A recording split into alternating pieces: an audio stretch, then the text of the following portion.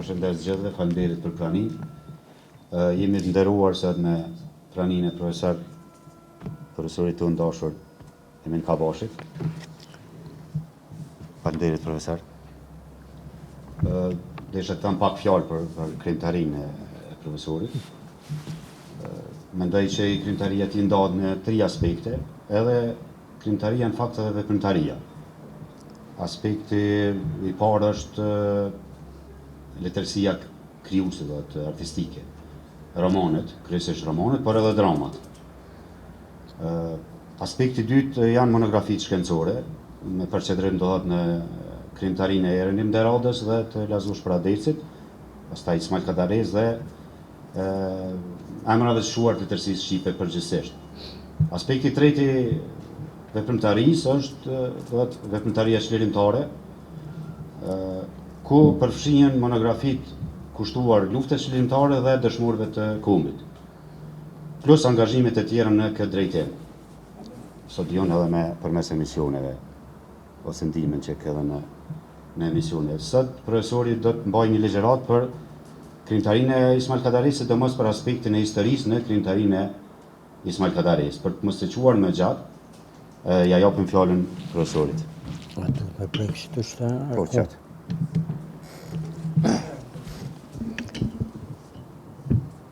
Të nderuar të pranishëm, i nderuar i shef i degës Gzim Aliu, i nderuar i drejtor aktual i Institutit Albanologjik Fadir Greqevci, të nderuar miq, shokë e vëllezër. Nuk kam nërmend të flas për vendin që zë ka darel letërsinë shqipe, as për rëndësinë që ka vepra ati në komunikim me botën, por as për faktin sa është komplekse tërësia letërsisë tij. Këtu sot nuk e kam nërmend as të merrem me polemikat e tij brenda kulturës shqiptare, sepse pak para vdekjes e ka sqaruar një dietar dhe krijues tjetër i madh, Recep Qosja, i cili tha: sikur të ishte gjallë e të pinim nga një kafe bashkë. Po do të shtroj 2-3 çështje që më thot mendja, herë mund të kontestohen, herë duken bindëse, qoftë edhe në paqartësi në korpusit tij letrar, qoftë në tërësinë e letërsisë shqipe, qoftë në përmasën e historisë shqiptare, e në fundit qoftë edhe në tërësinë e kulturës shqiptare. Në fillim mendoj e kam borxh sqaroj për kufizimin historia shqiptare në letërsinë e Kadarez. Letërsia Kadarez është letërsi shqipe. Nuk e di a do të ishte plot letërsia shqipe pa letërsinë e Kadarez. Tjetër, në asnjë periudhë kohore të letërsisë shqipe, që nga libri i parë i Buzukut e deri në ditët tona, nuk njoh ndonjë korpus letrar që ta ketë trajtuar historinë shqiptare në gjitha periudhat dhe zgripet e saj, se sa vepra madhore Ismail Kadarez. Që nga fillesa e njerëzimit, kur tradhtia vjen e vret një popull në gjumë, me Përbindshin, me romanin e tij Përbindshi, me dilemën e tij të përjetshme, me Trojen apo mos Trojen, me ekzistimin apo jo ekzistimin e saj, mund thuhet, me skilin ky humbës i madh, e deri te krushqet janë të ngrirë me ngjarje dhe një pjesë të dheut tij në Kosovë, që ishte ende e huaj për një pjesë të historisë kombëtare. Për çudi edhe të letërsisë së përbotshme, 2 kapitujt e parë të romanit të tij Piramida merren vetëm me gurët. Gurët kanë numra, siç kanë edhe numrat e të vdekurve. Do të thotë, që nga ndërtimi i piramidës së Keopsit, historia jonë është pjesë e letërsisë së Kadarez. Duke vazhduar me korpusin e baladave shqiptare, e deri të korpusi i madh i tij që merret me perandorinë osmane, me perandorinë më të madhe të asaj kohe, me perandorinë osmane, Gzim Aliu ka bërë një studim të mirëfillt monografik për këto romane të kësaj periudhe në veprën e Ismail Kadarez. Në tërsi në këti konteksti, më vonë do të ndalim në 2-3 nyje interesante të veprave të tij për ta vënë në dilemë praninë apo mungesën, apo praninë e përmosës së historisë shqiptare në letërsinë e Kadares. Por, para se të shtroj dilemat e mia për këtë çështje, më lejoni të them 2-3 gjëra për 2-3 poezitë e tij që janë kushtuar generalit Mojsi Golemi, si dhe poezisë Humbja e Ballkanazëve në fushë Kosovë në vitin 1389. Ju e dini se Mojsi Golemi ka qenë ndër më të njohurit general të Gjergj Kasteriotit të Skënderbeut. Spari, gjithë ju e dini se një tërsi studiuesish, kritikësh, letrar, krijuesish të gjitha anëve të atë dheut janë marrë me poezinë e tij. Do thëtë, janë marrë edhe unë.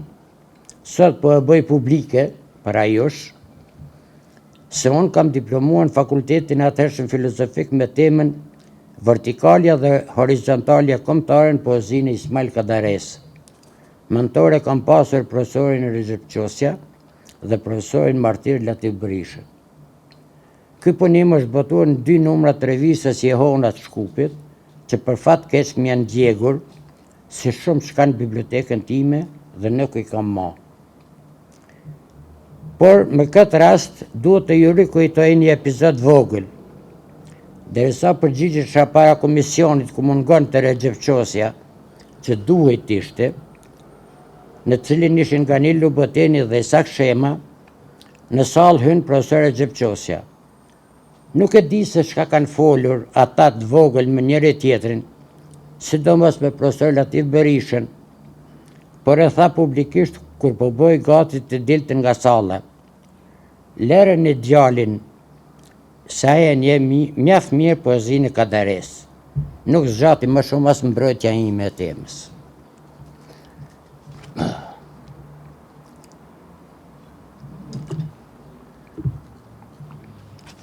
Në poezinë e Kadares një figurë e madhe e shekullit 15, generali i Gjergj Kasteriotit të Skënderbeut, Mojsi Golemi është trajtuar 2 herë. Në njërin është general Mojsi, në tjetrin është general Mojzi. Ngjeshëm me historinë shqiptare e cila që 600 vjet nuk po di ku t'ja bëj vendin, poezinë e Kadares më thot mendje kjo çështje është zgjidhur. Sepse generali më i njohur i Skënderbeut nuk ka varr. Mençuria popullore shqiptare e thot qartë, vetëm tradhtin nuk e zë varri. Generali Mojsi Golemi e kishte tradhtuar Gjergj Kasteriotin. Kjo dihet dhe historikisht. Pastaj ishte penduar dhe kishte rënë në gjunjë militar në qafë. Gjergj kishte falur, por a kishte falur historia sepse kishte lënë pa varr. Ashtu siç është në poezinë e Kadares. Sa di unë, askush nuk e ka vërejtur këtë mungesë varrit këtij generali me nam. Po të kishte varr në poezinë e Kadares, do të zhbëhej historia kombëtare, e trajtuar artistikisht në veprën e tij. Edhe Nik Martini, generalit ushtrisë vdekur 500 vjet më vonë, kur bie në fushën e nderit, nuk ka varr, por ai ka një këngë. Po ashtu, as pak nuk është më rëndësi se çka bërë historia shqiptare me tradhtitë e tjera kombëtare. Disa prej cilave i dimë edhe ne, që sot kanë përmendore në hapësirat shqiptare. Kjo nuk është çështje e as e poezisë e Kadares, as e Jonja, është çështja atyre që sistemeve që veprojnë kundër ligjeve të historisë kombëtare.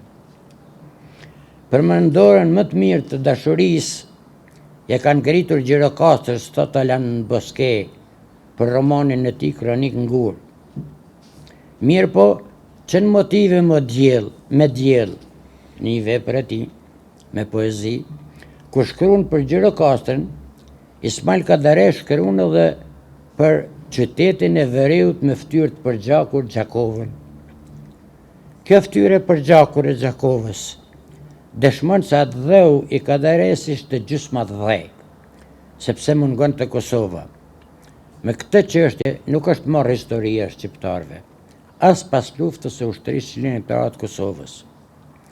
Në poezinë Mundja Ballkanazëve në Fush Kosovë me 1389 e ka vargun lapidar për nga struktura poetike dhe të tragjikës së përmasës kombëtare, për nga pesha tragjedisë që po ja imponon të historia.